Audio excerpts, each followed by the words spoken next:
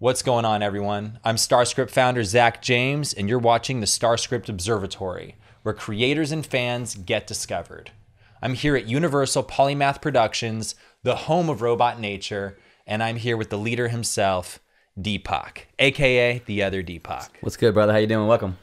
What's going on? Just here, just in the middle of working on a song when you came in, and excited to get this one out pretty soon. What's the song called? It's called Take the Big Love. It's our newest single, and we're going to be putting it out in just a couple weeks in mid-March before we head to South by Southwest for a little tour in Austin. Play some shows on the way and on the way back. Okay. Yeah. And that's the second time you'll be going to South by Southwest, Yeah, we were there right? last year. We did a showcase with Soulful of Noise, and this year we're going to do a few more shows, and then we're also going to hit some cities on the way. Tucson, I believe, Albuquerque, and other, Phoenix. I think we're just lining up the tour right now for August. Okay, so lots going on currently, which we're going to get to in a little bit. Yeah, but for now, I want to start with the history of the other Deepak. This is episode 5 of the StarScript Observatory. However, you were actually the very first person I interviewed. Wow. And I did a written article on you. So this is before we were audio, before we were video. You were sort of the first experiment. I did a couple other experiments, and then we had John Park on as our episode 1. Nice. So now you're making for episode 5. Really, Here we go. Secretly, in a way, the second interview. Congratulations, man. Studio's looking good now. Starting to You helped me build it. Oh, well, hey, I'm here to help, man. Yeah. You got to go with the pros when dealing with sound, audio, and The studio video. right here is pretty dope. We got a lot of Disney stuff going on here. We'll talk about that as we go. I'm excited to get into that also, but first I want to hear about how it all started. Well, how it started? Me as a musician, or just where we are now in LA? That's it. You as a musician. How did it start? Me as a musician was super young. I mean, my parents were musical. My mom was a classical singer, Carnatic classical, South Indian style singer. And so I grew up surrounded by music always, but my parents started me on violin when I was super young. Like by age 6, I was full-time lessons with a Russian teacher in Maryland, and also an Indian classical teacher in Maryland also, and then was traveling to India learning violin first. But even before I was really getting official lessons, I was always kind of listening to music, hearing theme songs and jingles and commercials and singing along. So my parents kind of knew that I had a musical, path, and I'm sure, obviously they're a big part of it. My dad was also a veena player. A veena is a South Indian instrument, like it's kind of like the sitar. You've probably heard of the sitar, like Ravi Shankar and the Beatles. Mm-hmm. So veena is like a South Indian style instrument. So he was playing that. So I was just always surrounded by music and going to family gatherings and things like that, where all my cousins and aunts and uncles were always singing and stuff. It's like, you go to like a family gathering and, everyone's houses were different, but ours would be like a bunch of people sitting around performing classical music for each other. And that was like what a party was like for us. And it was like a very kind of classy, conservative South Indian style upbringing. So that was a huge part of my influence. But of course, I was also a big Michael Jackson fan. I was always listening to Michael Jackson songs, trying to mimic and copy and sing along, do the moonwalk and do kinds of dancing, and then, just getting into tons of music along the way. So, I mean, later on, I just sort of rebelled against all of the lessons and all the structure and became more of a freestyle musician, more of a writer. It's kind of thing you see about personalities when you're young. Some people are like, in the orchestra and they're playing the music that's there and they're trying to get better at doing that. I was sitting there taking the lines that, Mozart, say, wrote, which I thought were, of course, beautiful, but I was just thinking of variations and then another variation and kind of coming up with my own version of that, which in the orchestra, like, that's not a good thing. You get kicked out. But then I realized later, I was like, oh, that's where maybe the personality of a writer when they're young. You don't know it. When you're young, I was like, oh, okay. I realized later that maybe I'm just more of a writer. So, I'm not the kind of guy that's going to be in the LA Phil necessarily, but maybe, as I get older, I'll write a piece that maybe the LA Phil plays, and I'll be the composer of that, for example. So just started noticing personality things. I got into guitar around middle school. I got into Metallica and Nirvana and Soundgarden and Radiohead and bands like that. Like a lot of kind of got into old school grungy rock and stuff like that. And just really got into that as a rebellion against the violin and the classical structure for a while, and got into guitar. And also play a lot of video games growing up too, which was interesting. People ask me how I learned piano. And it's like, well, because of video games. Like, what do you mean? I was like, well, the theme songs of Final Fantasy, which were like these amazing role-playing games, which were beautifully composed by this Japanese composer named Nobuo Uematsu, really inspired me, these compositions. And I just wanted to play these theme songs to Final Fantasy, these role-playing games, and I wanted to play them musically, and I just got into the piano and started playing the theme songs and character songs for a lot of the Final Fantasy characters on the piano. And that was my initial learning of how to play piano, was literally playing video game music, and then started really getting into freestyle and improvising there too. So by high school, I was like doing a lot of writing. I wrote an album on the guitar, singing, and some piano music by the time I was like 13 or 14. And I was also really into the Beach Boys and getting into a cappella music. And so that got into harmonies, and you know, my name's Deepak, so I got into creating this concept called DPAK cappella, which breaks into deep a cappella. It's like so it's like a play on words. Like it's it's some deep a cappella, but it's a deep a cappella. Obviously, you get it. And I've heard some of those recordings where you're just every single sound on there is your voice. Yeah, like beatboxing. Yeah. I mean, back in the day, like I didn't know what producing in studio was, and looking back, I'm like, oh, again, just so we're talking about the beginnings of writing, this was the beginnings of producing. Was you know, going back and forth and layering my voice with, you know, on a computer. A free program that my friend Brandon, who amazing guitar player that I played with for years, he was in some of my older bands, which we'll get to in a second. He had shown me this program while we were in school together, and called Cool Edit. And so I started using this program with the cheap microphone we got from Radio Shack. You know, not like thinking about being a producer or anything, but just wanting to express harmonies. I loved harmony, loved the voice and how it blends with the voice. I loved being in choirs and singing with other people, but you know, also being by myself. I'm an only child. And I think that kind of led me to like just being really creative and making games by myself. And so I was sitting in my room, you know, playing these video games, playing piano, just kind of by myself, learning lots of things, like being alone. And I got into recording my voice on top of my voice. And the first thing I ever recorded was the Beach Boys song, Good Vibrations. Like, really? That's the first thing a cappella that I recorded. Other than actually, I think I did the national anthem and some other little things like that first. But in terms of a full arrangement that I created, where I came up with the parts that would be the a cappella expression of a song that usually had instruments. Because other things were already a cappella. Like I would do choir songs, I would do the national anthem and things like that, and do harmonies. But taking the Beach Boys song, Good Vibrations, and hearing the instruments and thinking like,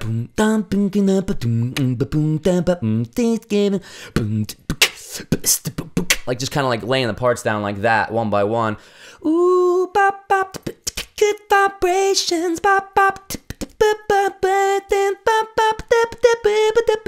like, and just layering like all of these things, and then all of a sudden, boom, there's like 10 layers, there's 12 layers, and all together it sounds like a full orchestra. And people thought it were instruments, but it was just really just the voice. And that's really an important song in musical history. I remember learning in history of rock and roll that it broke what at least the teacher and what we were being taught was called the ABAB format, which is that you have a verse, then a chorus, then a verse, then a chorus, then you have some type of breakdown, which is C, because it's something different than the verse and different than the chorus. Then you do a verse, chorus again, and the song's pretty much over. So that was pretty much the standard of all songs out there. And our teacher broke down Good Vibrations. We all good example watched it. And it ended up being like G, F, you know, H, I, J, and like stuff like that. Yep. So that song definitely was a life changer, just because it's exactly for those reasons. It started this deep a cappella thing, which I ended up doing a few more covers, but then the writer in me started coming up with original deep a cappella songs, and started like coming into doo-wop, kind of Bobby McFerrin inspired, you know, beatbox, vocal a cappella, dancing around kind of stuff, and just. So what was like the order of like progression with your music? That it started with violin? So with violin and also singing at the same time. And singing. Because that was at what age? 4, and 5, then you 6. picked up, you rebelled from violin at some point. 11, 12. 11, 12. Did you stop playing violin for a while and start playing piano more when you were in the video game world? I stopped playing to the amount that I was playing, because I was in activities that involved a lot of playing, like orchestras and things. Okay. But I think I was still jamming it at home as again, playing with the video game music and coming up with the lines and coming up with my own things, and also jamming on top of like some rock music or something like that. And also I really got into hip hop major. Like I got really into rap because of all the beatboxing. I grew up in Maryland. There's a lot of freestyle rappers. There's a lot of there's like a breaker scene, like break dancing and stuff. And I was like popping and locking and, you know, beatboxing and doing freestyle, like hip hop stuff, where we'd get into a circle and people would be rapping, and then and someone else would beatbox and they would pass it off to me and I'd start rapping. And so it was like a really urban kind of scene over there. And so I was really into that. Okay. But that, like, you know, that was guitar and piano sort of at the same time. As instruments that I taught myself, though, self-taught. Okay. You know, I was like, you know, just listening to a song and playing by ear. And I've always been more of an ear musician, not as much of in music theory. Never really went to, you know, school and college or anything for that. Like when I went to college, it was pre-med and pre-law. I wasn't for music. I didn't go to Berkeley or learn theory or anything. It was all just more like listening and playing, like all the Final Fantasy music, even classical music. Like I had a neighbor named Chanu, who was learning Beethoven, a very complicated piece called the Beethoven Pathétique. and it's like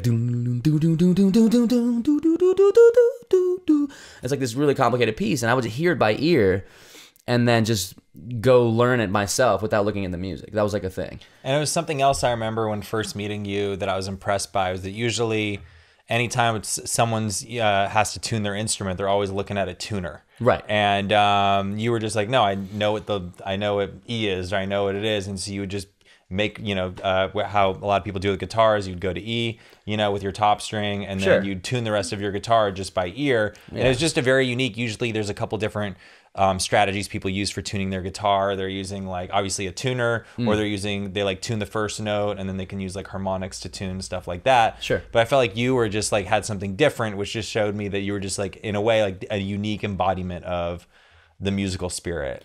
Yeah, I mean, I think a lot of violinists, and there's a lot of violinists is very common more in violinists, but there's a thing called perfect pitch or whatever it's called. It's like a phrase. Okay. And I think it's, some people say it's developable, some people say it's not. I always in the belief that anyone can learn anything. That's like my philosophy, just to keep possibility for everybody open. So, I don't know, I was always told when I was young that I had that or whatever, where, I could hear the A and then like, tune the string to A, and it's usually, pretty close. Like these days, I haven't been sitting there playing in orchestras and hearing that same A over and over again. I'm also really getting into alternate tunings. I think 440 hertz was like back in the day the norm. And then, really getting into 432 and 444 and like 528 for C's and things like that. So now I'm not even sure if I might have deprogrammed myself from locking into the A now, in a way. Where, but it's still relatively, you get me on a guitar, I'll tune it to itself. Or if I hear, generally if I can hear a song like Michael, she was more like a beauty queen from a movie scene, something like that. There's a good chance we can check this on the recording later, or you all out there can check it. But there's a good chance that that's probably the key it's in, unless. Gotcha. So you like use a song that you're familiar with, and you're like, okay, we know that note from that song is that. And I think that's more of a memory thing. I think it's just memory, and I think I think since vibration, we're all vibration, we all have it in ourselves. I think we all have it. It's just a matter of just hearing it. Sure. I just feel like maybe I was just listening to it more as a kid, and just I honed that, I guess. So I was able to like tune a guitar pretty accurately without a tuner for a long time. These days, I think it's also practice. It's just like, remember back in the day, we all used to know phone numbers and memorize them. Right. And I've made it a practice to continue doing that, but if you don't do it, it kind of fades. So I've been on stages, and like I'm at a big show, and I'm using the tuner these days a lot. So, I think just a little bit of dependence on that, but I'm doing it because I want to be in sync with the whole band, and that's on more of a professional way of going. Gotcha. But if I'm at someone's house and there's a guitar sitting there and you're not playing with other people, I can tune it pretty quickly. I'll tune it to itself. It'll be in tune. There's a good chance it'll be in tune, like with whatever the system is, but it's not even that big a deal. As long as it sounds good, it sounds good, Okay, cool. So let's like fast forward to in like your late teens, and then high school, college is really where things got pivotal, because I didn't know what my path was going to be. Okay. I was on the path of being a tennis player. I was like spending 4 hours a day playing tennis, like on that athlete path. But then I was also like thinking about being a doctor. I never was thinking about being a musician at all in high school as an actual future thing. It wasn't in my reality, it wasn't in my culture that could be necessarily like a professional thing. It was more about, what kind of job do you want to get when you're older? That's the culture I grew up in. So it's going to be, are you going to be an engineer? You're going to be in computer science. You're going to be in mathematics, or going to be in law or medicine. And so I was like, I'm like, well, I'm not really that pressed about it. It's all good to me. I like everything. I like music. I like food, and I like science. So I was just, I think I remember a funny question I asked when I was really young was, what doctor makes the most money? And I was told anesthesiologist and neurosurgeon. And I was like, well, neurosurgeons just seems cool because I'm into the brain. So I just said that. And I think I just blindly said that because I've personality-wise, I've always been into just 100% choosing definitively something. Knowing that you can always choose again something later. And I think that's been a part of my development of my personality, has been someone who just chooses. And I think I like that. Looking back, is like I'd rather be choosing even if it's the wrong choice. I don't think you can really ever make the wrong choice. I think you just choose, and you only know by choosing where you are in your path. It's and then and that leads you to the next thing, versus being in limbo where you just don't know all the time. The indecision, I think you got to go. You just got to go in one choice, then you're like, okay, wow, this wasn't the right path. But definitely always, or it was the right path, and that path led you to the next thing. And that's just like accepting, like having faith in your choices. What I always like to say, trust yourself, have faith in your choices, no matter what happens. Like everything happened for a reason. That was the best choice with all the variables that you had, everything that you were aware of. You chose to go this direction. So I mean, I didn't know if I was going to be, oh, this is pretty cool, by the way. We're going to check this out later, by the way. This is called Logic Pro. This is an amazing program. I use it for composing. I use it for the Disney stuff. Okay, cool. Yeah, I want to take another like 10 minutes or so and just go through what led you up to this point so we could go into the present stuff. Totally. So I think I just chose to be a neurosurgeon. Okay. I just said I'm going to do that. Okay. And so I did all this stuff. I went to this medical program and National Youth Leadership Forum. Went out to Houston and Baylor and College of Medicine. Was studying heart surgeries and watching all this different stuff when I was 16. I graduated high school when I was 16 years old. I'd skipped grades and I was ahead in math and pretty high score in the SATs, all that kind of stuff. I was doing that very stereotypical Indian, Asian, thing of just, excelling in school. Very studious and, but also doing lots of different things, extracurricular activities, being in the orchestra, being in acting, doing Shakespeare, playing on the sports tennis team. So it was like just kind of a well-rounded person that's focused on college. And, we were always told for going to a good college, you need to have really good grades, lots of extracurriculars, and like a very well-rounded persona. And that's how I was developed by my parents. And again, I look back and go, oh, thank God. Of course, as a kid, you're rebelling. You don't want to do all these. I'm like, I want to play. You have no free Saturdays. I have no free this or that. I'm doing a million activities. But I never got to watch X-Men growing up because it was always in karate on Saturdays. And but so I missed all like the comic book. It worked out. Spider-Man and X-Men. But they say, when you're younger, if your skills are being developed, it's going to, your brain develops really when you're young. Sure. And so I'm like, I look back, I'm like, thank God for my highly ambitious, motivated Indian parents being a first-generation American here with all these opportunities to learn different things that we had here. In America, I grew up in Maryland. I was growing up there on the East Coast in Columbia, Maryland, with a very highly competitive system with a lot of Asians, a lot of like people that were like really highly competitive in school. And so, I ended up doing that and getting into a University of Maryland, getting a pretty amazing scholarship to go there. And I ended up choosing the pre-med path. But when I got to college, I was very confused, still didn't know what I was doing. And so I changed my major a lot, or I changed my secondary major a lot. Okay. So we had a primary and a secondary major. I kept my primary major in neurobiology, physiology. And I kept that the whole time, but I rotated my secondary major until I went through engineering and math and psychology, even economics. And then I locked into criminology, criminal justice, which was basically pre-law.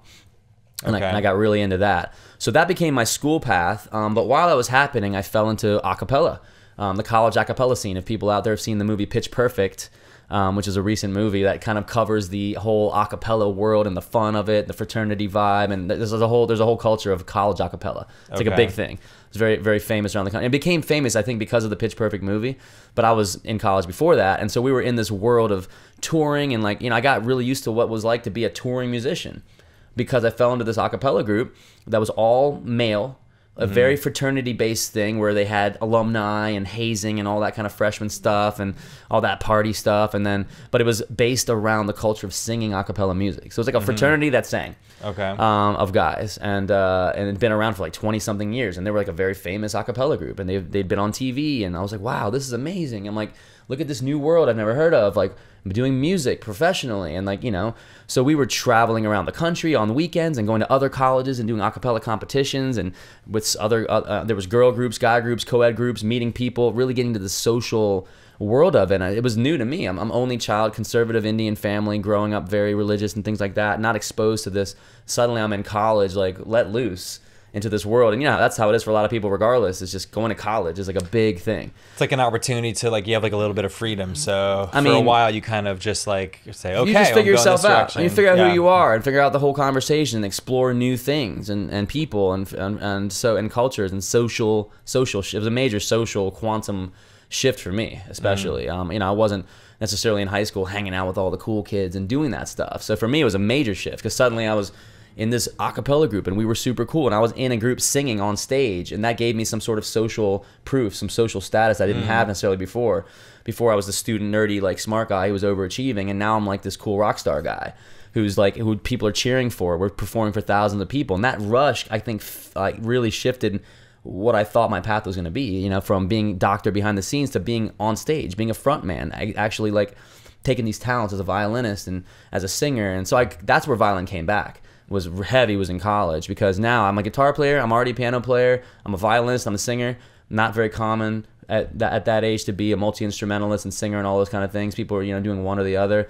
And so I ended up helping found a funk band called Grooveyard, which became a pretty well-known band in our college at the time. Was the lead singer and violinist, going through wah-wah pedals and taking the violin to a whole new level of sound and putting it through pedals and just taking, being creative with the violin in a way that I've never really heard before. It was always classical, and it became like a lead, like almost like having a lead guitar, but having a lead violin and doing what the guitar could do. Were you playing with Brandon and John during college time? So Brandon and John, who we can talk about for a second. So John, I met John Twyford, right? Also, he's now going to be known as John Sylvia. Amazing artist, amazing singer.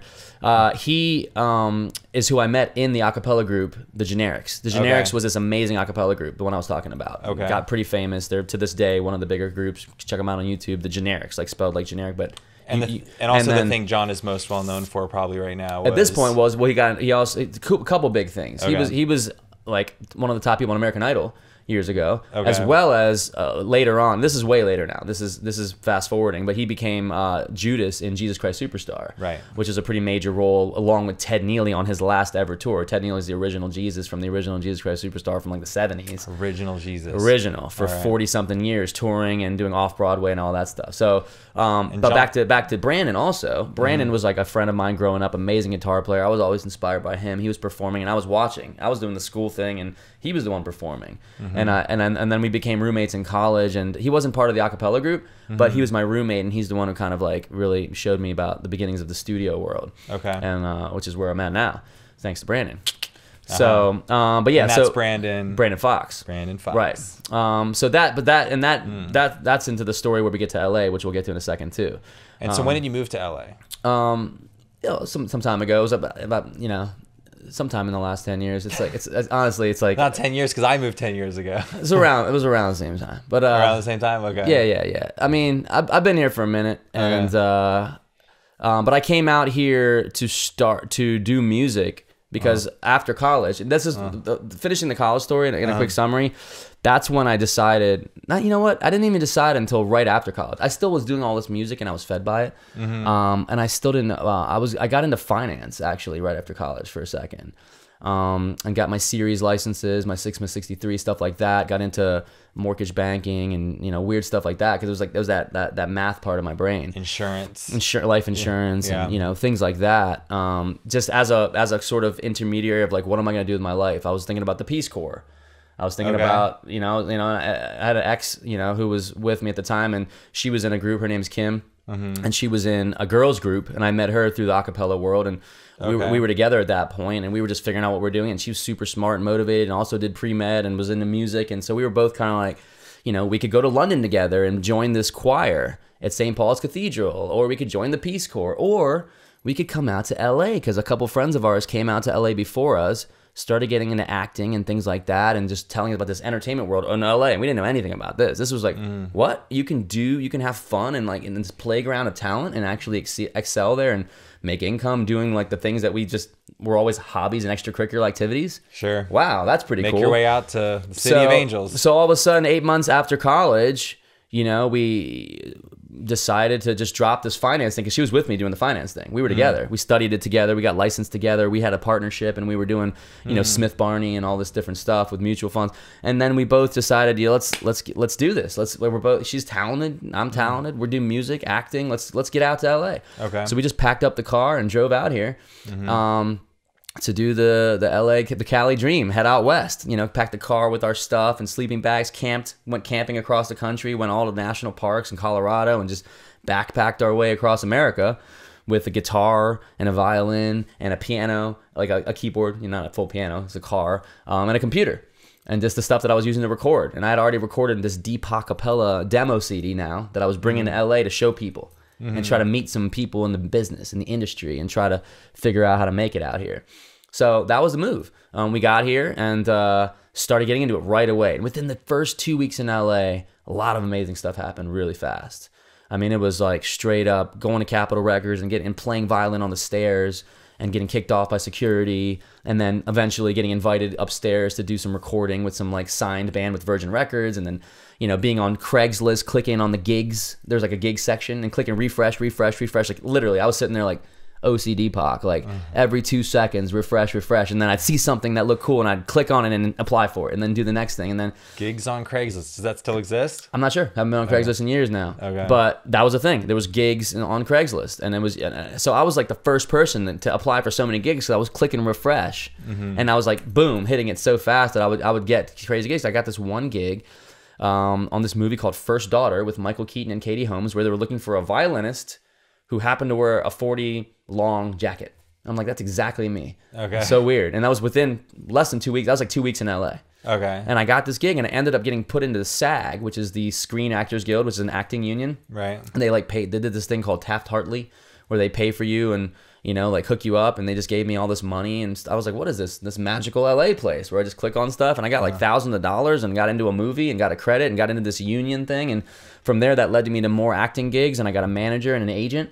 My friend Mike Russick, who's an amazing piano player, he managed me as an actor for a minute and then passed me off to a higher agency that managed me. And then they got me an agent, and that agent called JLA, Jack Lipman Agency, ended up getting me several auditions that I booked as a principal actor in a Cadillac Escalade commercial, riding an elephant as an Indian prince, vitamin water commercial as a dancer, because I was a dancer too. Which you have the Cadillac commercial actually on the StarScript Network profile page right now. Okay. Right? Nice. Yeah, sweet. Okay, so that was before we met then. You did the Cadillac commercial? No, I think that was after we met. That was after we met. Okay. I'm jumping around because, like, you know, I'm getting into like how it all kind of came together. I mean, it was really just a journey. It was a trajectory of just kind of feeling like this was definitely the path. Like things were kind of falling into place. And there's, you know, there's struggle for sure, but I feel like, you know, my story has been very lucky and blessed in a lot of ways in this industry. Where but I've also very outgoing. Yeah. I feel like from the beginning, it seems like Yes. you've always been like a front man, entrepreneurial, just being well-rounded, like getting into lots of different things. So you already had some finance, you had the logic, the schooling and stuff like that. You had the musician side. I think a lot of musicians out there sometimes don't have the other side, and they have the emotional side, and they've got the tuning in, and they never quite get like the business side. Yeah, you hear the whole phrase "starving artist," and right. You know, there's been periods. Obviously, things go up and down, but for the most part, I've been pretty blessed financially out here and able to get gigs consistently, and you know, always just been a hustler. Like, you know, if it's, you know, I'll just keep making calls, or I'll keep writing emails, or I'll do whatever it takes to get gigs. You know, and I did that for a long time, and eventually, you know, saved money from. I did iPhone 5. Vitamin Water and Cadillac as principal roles in 3 national commercials, which if people know about how that, they pay a lot of residuals, like tens of thousands of dollars on each one came in. And then I got a co-starring role on Modern Family, a TV show. So those are my 4 main acting credits. And I'd only done like 7 or 8 auditions and booked 4 of those. And I was living now in Malibu. And I met you years ago. So, and we'd met, you know, you can tell them the story of that one. I mean, that's pretty funny. Sure. Well, we met in Chicago, and then doing finance, studying finance and law. And which influenced me to move here pretty much. I just came out here to visit you. You said come out to LA. I was like, why would I want to come out to LA? If I'm going to California, I'll go to San Diego or Newport or some beachy town or something. Totally. Like LA just looks like this giant, you know, crazy, like super congested, blah, blah, blah. You're like, I'll just come out and just hang out. And then sleeping on your couch for a little while. You stay on my couch for a while, and then found a place in Venice, and boom, Zach, your boy's living in LA. Right. Now and you've been living in that same place ever since. Been here ever since, right. Which is pretty awesome. And that was around the time that my band, The Bolt, was already out here too. Right. So that was part of the college stuff. It was like I had actually come out here with Kim, my ex, and my best friend John Sylvia, John Twyford, as a singer. It was really the 3 of us that, you know, that started this band called The Bolt. Which standed for Breath of Life Tribe, which actually became a second band eventually. Right. We formed 2 bands out of 1 band, which is, you know, a whole thing too. And then eventually, you know, Kim moved back to the East Coast and built her business there, and John and I were out here together. And then John got American Idol and Jesus Christ Superstar, these big gigs, and then he moved back to the East Coast. And then it was me and The Bolt solo with Brandon Fox. And then little by little, I started shifting the band more towards an Eastern conscious yoga type of music scene, which I discovered in LA. There's a big scene under Bhakti Fest and lots of other yoga festivals, Bhakti Yoga Shala, a lot of people in the yoga community really getting into meditation type music and sound healing. And I fell into that, and that's where I met a lot of, like, you know, people in the West LA scene, Burning Man type scene, a lot of people like that were really into like self-improvement, self-healing, self-awareness, into conversation, transformation type things through energy, through diet, through health and wellness, through being vegan, organic food, like a lot of like that culture of mixed cultures connected to Burning Man and other things like that. Right. And so Breath of Life Tribe, as a separate entity from the Bolt stayed as a rock band, and we do gigs as a rock band. And then Breath of Life Tribe formed, it's split into two entities. And Breath of Life Tribe became this kirtan is the word in India for chanting sacred music and chanting the names, these divine names, and repeating them and getting the audience to sing with you. And we started touring the world, and that became my main live band for a while, because the Bolt had sort of, you know, kind of naturally fizzled with John moving back to the East Coast, Kim moving back to the East Coast, we still were doing Bolt shows, but it wasn't growing with the same trajectory. We were on the path for record deals and stuff with Atlantic at the time. A lot of major stuff was happening. And so I ended up focusing on Breath of Life Tribe as my live band, and then behind the scenes really got into producing and getting into composing and producing. And that's where I started finding my niche as someone who can make income out here. Pretty good income, producing albums, doing stuff for TV and film, and getting involved in that scene, which has led me to where I am now with a couple feature films I've done music for with Brie Larson. I did a ton of music for a Brie Larson movie called Basmati Blues, and now I'm doing Disney. So it's sort of kind of a big summary there. Okay. And I haven't mentioned Robot Nature yet, which we'll get to. Yeah, and we can get to Robot Nature, which actually started as a solo project. Absolutely. With you being by yourself, so you're not burdened by all the band, having all the band bands. and dealing with all of that. And you're like, okay, I'm just going to do it on my own. And even going as far as to eventually film a music video, and then just kind of, but I'll let you kind of go through it. Yeah, so the beginnings of Robot Nature, I was at a place called Esalen, which is an amazing institute up in Big Sur, California, and historically it's brilliant because that's where the Beatles used to hang out. That's where Ravi Shankar, that's where Alan Watts, like one of the great philosophers of our time, used to hang out. And I discovered this place, again, through the Breath of Life Tribe, yoga world, where we were doing retreats and things all over the world, going to Europe, going to different places. And so I got brought to Esalen a number of times to be the musician, to help guide people on their yoga journeys or sound healing or meditation weekends, and fell in love with this place. And it's a place for epitomes for sure. Like I had some brilliant self-awareness, self-realizations and paradigm shifts that happened there. And one of them was I can't even remember how it happened. Just the idea of Robot Nature just sort of came into my head. It was about at this point, probably 6 years ago, really, that the idea started. As a concept, very futuristic based concept, thinking about the future of the world, what it could be like on a planet where Mars and Earth are coexisting as planets with different things happening. I don't want to get too much in the story of that right now. Sure. There's so much detail, but it's just the idea of a future-based world that's still not as dystopian as a lot of people like to convey. It still has a positive story around it, but it's still, there's a lot of lessons about humanity learned parallel to Atlantis and Atlantean lessons and things like that, and the Matrix, Westworld, things like that, AI, technology, robots. Sure. But so that concept came into mind, but then the music is really what formed as a solo project. Because again, this was like the Bolt had sort of now done its thing, and now I'm on my own thinking of my new mainstream. I used to use the phrase as songs in English that are popular, that could catch you, end up on the radio, pop, rock, electronic, bands like Radiohead and things that really I fell in love with as a kid. We talked about earlier, I love the Beatles, I love Radiohead, I love Pink Floyd, stuff like that. And I've always envisioned having a band like that's touring for 30 or 40 years with like songs that everyone knows and sings along, like concept albums, rock operas or pop operas, whatever you want to call them, things like that. And so that's where Robot Nature formed as a solo idea, which I wasn't worrying about how I'd express it yet. It could be a band, it could be solo, it could be with a DJ. I was just thinking about the concept more, writing the songs, singing them solo, getting into live looping, which we can talk about more too. Like that's basically the idea. I think Ed Sheeran's a good example of someone who does that. A lot of people are very familiar with that in the world. And of him just going up there and playing the guitar for a second and then pressing his foot down on a pedal. Right. And all of a sudden now it loops by itself. Right. And then you do another layer and it loops by itself. And you can beatbox. And then that beatbox, all these layers start building, and you're basically building your own live band in the moment.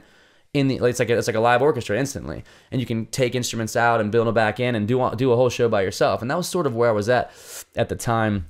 In that we talked about I had all these bands and there's so many people and personalities to deal with and gathering and practicing and like when's rehearsal? What's up with everybody's schedules? I'm like, I'm gonna worry about that. I'm on myself right now. Right. It's very convenient. So I was just kind of thinking about that, and it was very Robot Nature, which is two seemingly opposite words that fit my personality as a Gemini. I had Breath of Life Tribe and the Bolt. Right. I was always like yin and yang going on all the time. And the double album I was creating for the Bolt and Breath of Life was inhale and exhale.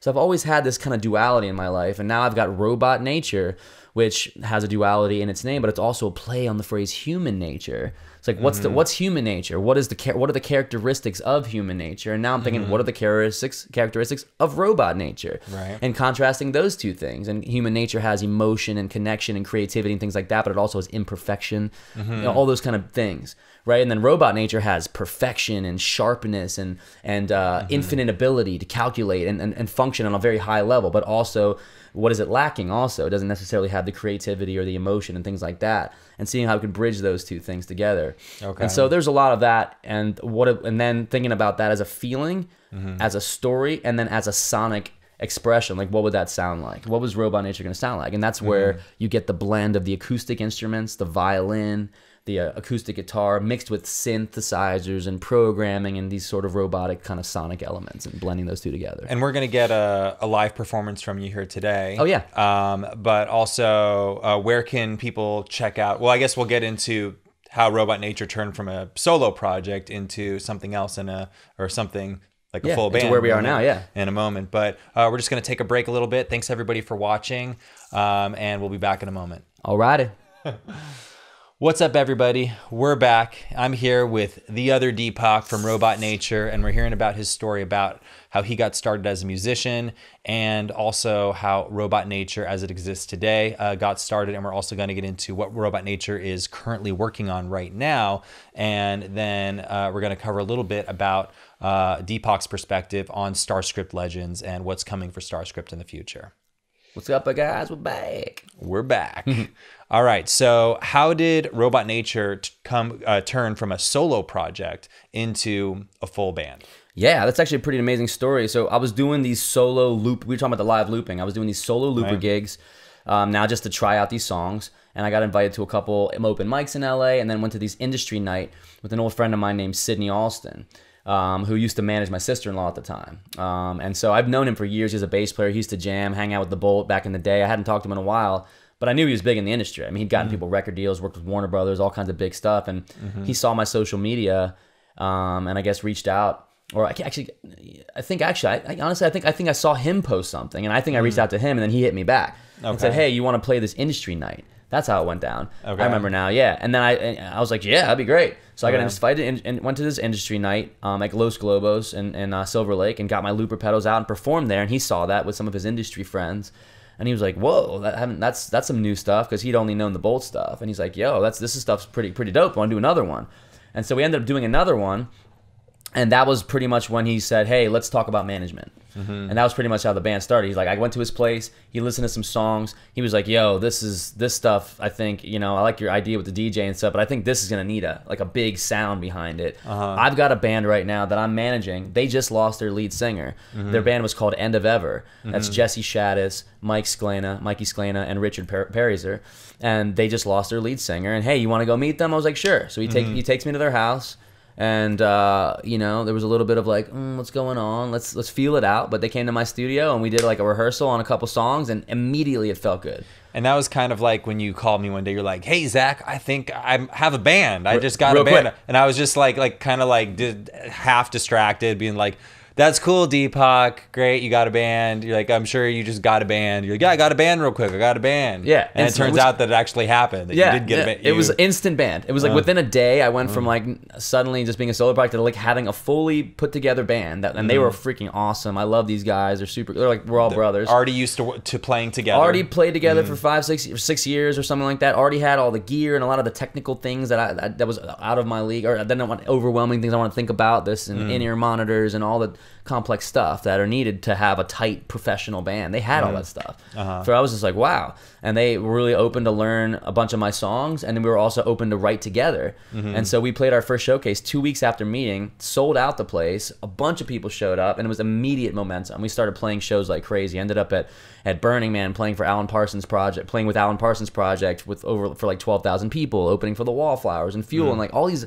big quick things started happening with us. And then so that's the trajectory we've been on, of just like, it's 2 years in, and we're just rocking shows nonstop, recording nonstop, and now here we are in the studio working on our next single. We got 3 songs out now. 3 songs, and what are those songs? All My Life came out first. Okay. And we did a music video for that. That was all last year. All our songs came out last year, because we did our first year just playing tons of shows, getting the sound, feeling each other out. And a lot of West Coast and South by Southwest. West Coast, South by Southwest, Europe. Went to Europe and performed there. Went to Burning Man, performed there. And then did some NorCal shows, San Diego, Bay Area, lots of stuff like that. So, you know, ton of shows. I performed in like all over LA, the Troubadour and the Mint and Viper Room and all those kind of gigs. And again, built a following pretty fast. It really like built around the live thing first, which is interesting because in the music world, there's lots of ways to go. You can record first, get your sound, not do anything live, get it ready, finish your singles and get them all ready, and then start performing those songs for people after people know them. You know, that's a very common thing. You get people knowing your songs. You get them on Spotify. People start wanting to hear them live. Then you do shows, which is actually an amazing path. In our case, ours were a little more old school in that we just played shows first, got people liking the songs and wanting to hear the recordings. The opposite. And so now the last year we've been recording, and we got All My Life out. Then we got Do You Want to Be a Star out. And then towards the end of this last year, we got all These Machines out. And where can our viewers listen to your music? Yep, robotnature.com, Robot Nature Spotify, Robot Nature Music on Instagram. Pretty much anywhere Robot Nature. And YouTube, are they all on YouTube? YouTube as well. And then all of your artwork has this main running theme, which is done by Rita. And Rita's the main artist, and Owen's her partner, who sometimes is involved with some of the pieces. But Rita's our main artist. And Rita was our artist, our feature, which interview. I met through StarScript. Right. And Rita was our interview for episode 2. So if you haven't seen it yet, be sure and go back and check that out. Yeah, Zach met Rita first, and then you met her, and then introduced her to me, and so now she's part of the greater team of all of us. Part of the crew. Yeah, part of the crew. So yeah, those are great. And now we're working on our 4th single called Take the Big Love. So that'll be out. And that's what maybe you'll play for us here in a second. Sure, yeah, we got that going on in the back. I'm in the thick of it, but it should be soon. And then there's a song that you're going to be performing for us today. And this song is actually one of the first songs. It's actually one of the oldest songs for the project, called Like I'm a Robot. And it's one of my favorite. Oh, nice, yeah. So I'm going to do an acoustic version of that, but that song will be out later this year with the band too. Okay. So we're getting like all our viewers are getting a pre-released version of I'm a Robot. Yeah, not out yet, but they'll do an unplugged version of it here. Cool. Okay. So that'll be fun. We'll knock that out in a bit. Okay. But yeah, that's where we are now. And, so that's where you're currently at. And while all this is going on, it sounds like you're probably pretty busy doing all this stuff, but there's just something else that's been going on at the same time over the last year. And what's that? This is the biggest thing for sure, is Disney. I mean, my work with movies and TV film and working behind the scenes led me to a whole nother world separate than the live performance frontman. It's like there's almost like these different pockets of the entertainment industry. So this is more the TV film behind the scenes, the production world. And in that world, it's like a whole different group of people that are writing songs and people that are involved on producing, and directors and music supervisors and all kinds of cool stuff that's there. And there's income to be made in the movie world. There's budgets, and there's allocations for producers and composers and things like that. So I entered that world as a great way to make income over the years. I produced independent artists here in my studio. This is the behind the scenes Deepak, right? So you got frontman performing and putting the songs out to the world, Deepak, and then you've got behind the scenes Deepak here. And so I got involved with Basmati Blues with Brie Larson and all them too. And then then some of the stuff I did with that led me to this Disney gig. Now there's a show called Mira Royal Detective, which launches March 20th. Which is, they just got announced 2 days ago. So I'm guessing on Disney Plus, people are going to be able to check it out. The whole season will be released to Disney Plus once it's out. It's going to stream first episode by episode on Disney Junior. So that's the streaming platform, Disney, or the typical Disney Channel, Disney Junior. That's where people for all these years have been watching Disney. And then the show as a whole, every time a season's complete, the whole thing will end up on Disney Plus. This is how it goes. And so then, I'm for that show, I'm the consultant. Which is I'm the bridge, because it's the first ever Indian inspired, like a cultural consultant. Cultural music cultural consultant. Representing Indian music, also orchestrator, and I'm also a performer as well on the songs as a singer, as a violinist, and I'm producing basically. So I'm recording so I'm taking the songs that are already written by this amazing songwriting team that they've Emmy nominated, been involved with Nickelodeon, Disney, you name it. These are like amazing songwriters that I work with, Jeannie and Matt.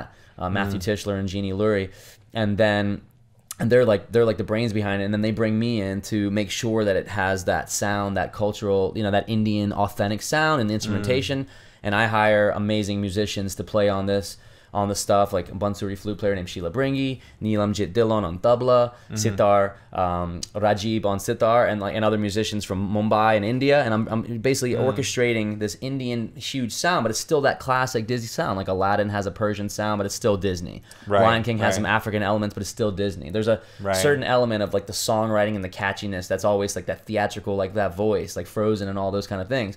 It has all that stuff. And now this one has the Indian sounds underneath it all that I'm producing, recording right here in my studio, editing, sending back, and then to Disney, and then it's getting put on the TV shows. We did 25 songs last year. And the first season is now done, and it's been officially announced as of in the last week or so.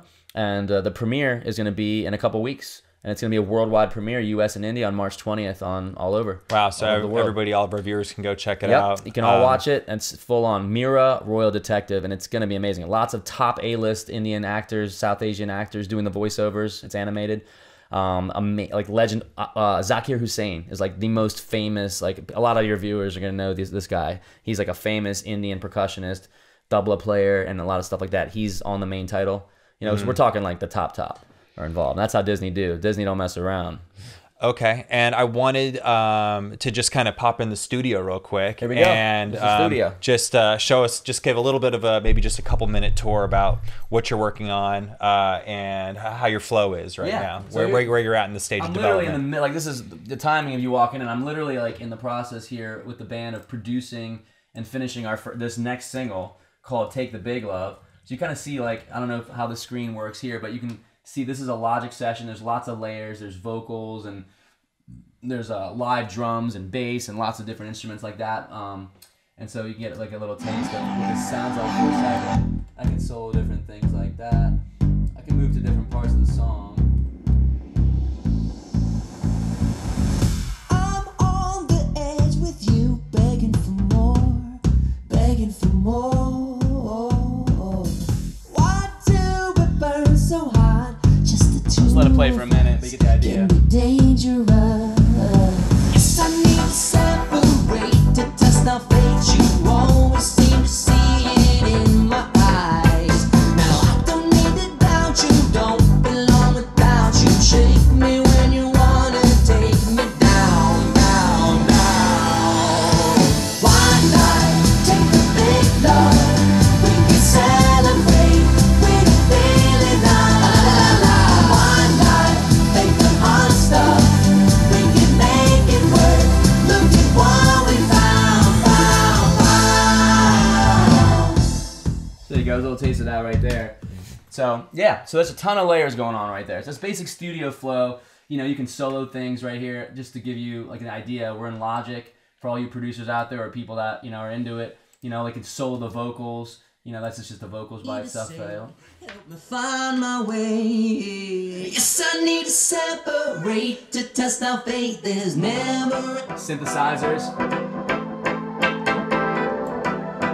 Some bass. That's the bass, and then we got the drums. And you hear everything together.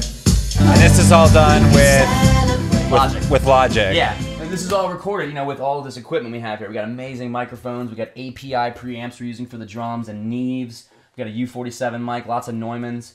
And then we just record the band. Like we record the whole band live together. And actually, this particular song started during the fire. That's another thing we didn't mention earlier. We didn't, and we'll probably have to do like, we'll get to do a couple other interviews this year. Even Exactly. I'm planning on it because I want to go into that and even maybe show some of the video from that. But the summary of that basically is like there was a fire, my house burned down in it. We were about to record in my studio that day. So the reason I mention is because this studio called Treehouse, I'm gonna give them the shout out. Treehouse Studios actually were so generous that they allowed us to do a lot of the song at their studio. We cut the drums there. Normally we cut them here. So this song was started there, and now we're finishing it here. So that's basically I was mentioning the fire. Awesome. But yeah, they're awesome, and now we're pretty much close to mixing it and recording it and getting it out. And do you have a release date yet? I don't want to set one yet because we're so close. We're aiming for around the time we leave for South by Southwest, so March 13th, sometime between March 13th and March 20th. Around the time of the premiere.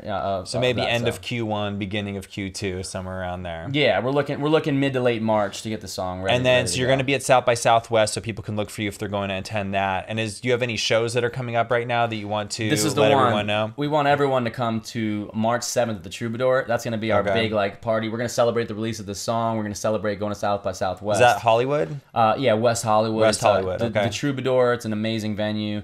Our friends Dirty Diamond are hosting the night. And so we were invited to be one of the bands to play there. They're an amazing band too, the Dirty Diamonds. with my friend Sam Babayan. But yeah, we'll be there on Saturday, March 7th. We're at 7:00 p.m. is when the doors open. We're going to be the first band to play that night. Okay. Okay.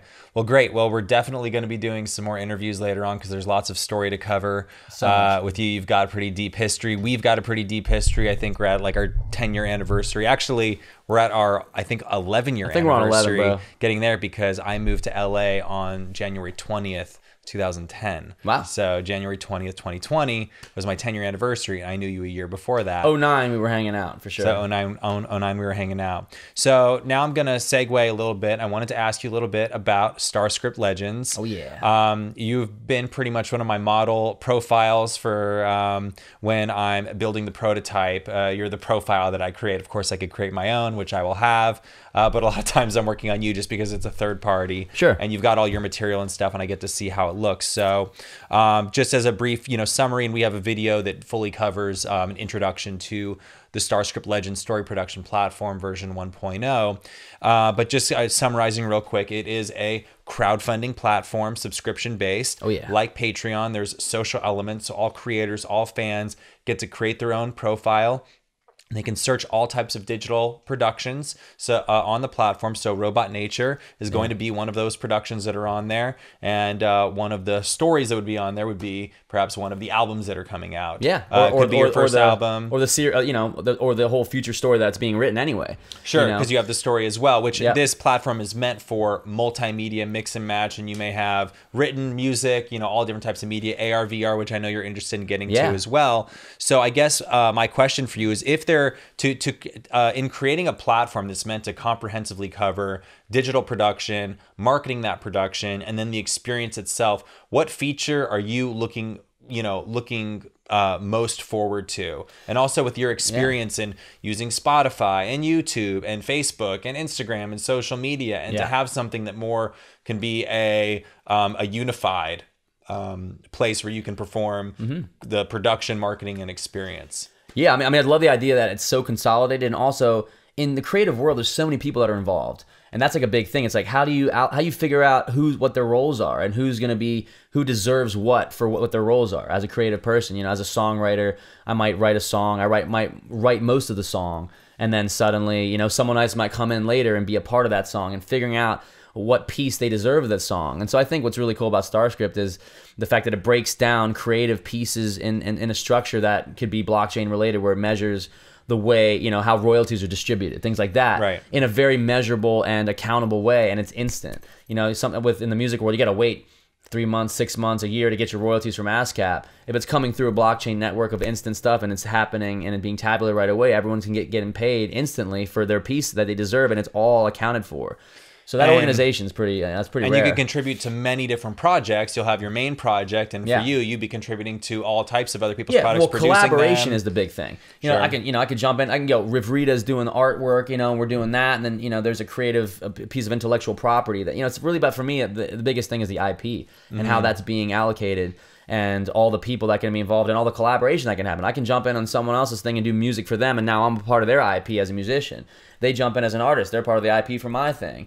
I can come up with a story idea, and I'm saying we can all just kind of collaborate a lot, and it's all consolidated into one place. And it can be showcased. You can look at videos. You can connect with community. You can share, comment on each other's stuff. So it has like the best of kind of everything in one. Awesome. Yeah. Wow, that's good. So basically, the team building element, the team building, IP, automatic collaboration, payments, and social media and sharing ability, all in one place. I mean, there's nothing else really out there like that yet. So everybody definitely check out Deepak. He's got a profile on the StarScript network. You could join today at starscriptlegends.com. Also, you can contribute to our crowdfunding campaign. It hasn't officially been launched yet, but we do have people who are contributing, which I thank you for. And contributors to our crowdfunding campaign do get to test the platform before it's released to the public. So if you're interested in becoming an alpha, beta, or even pre-alpha tester, giving lots of feedback on the platform, if you're an independent creator or an artist and you want to influence that production, be sure to make a contribution, and we thank you so much.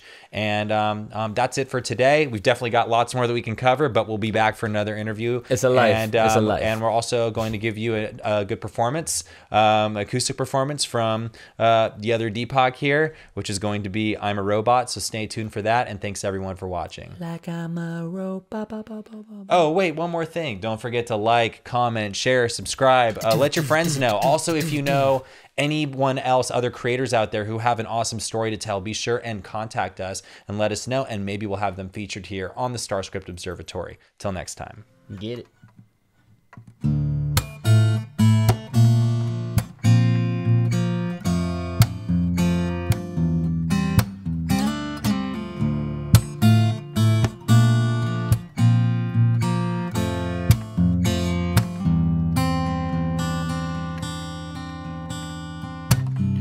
In the morning rain, I decided that I was in love again. You called my name, and I hear you say, hey, come over. And I say yes, like I'm a robot. I've been trying to hide it. There's no way now I can fight it. Oh, but I know that I don't trust myself, like I'm a robot, like I'm a robot. 'Cause when I'm next to you, I feel like I'm a robot. I am so amazed, yeah, by your fashion. And you don't even have to try. Oh, it seems so easy for you. Oh, to start a dream just for two,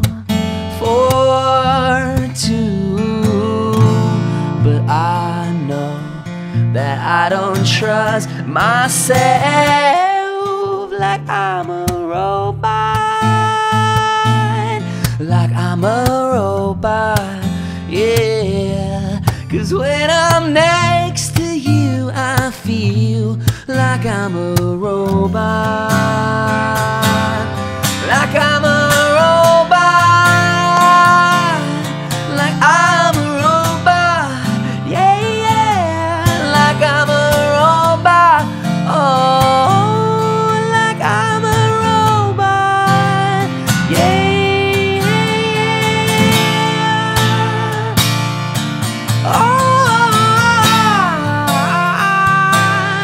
yeah, yeah. Right in my eye, yeah, I just don't see my life, and I know that I don't trust myself, yeah, yeah, and I know that I just need some help with my heart, yeah, and I just need some help with my heart. Ooh, and so I start a dream for two, and so I start a dream of you, like I'm a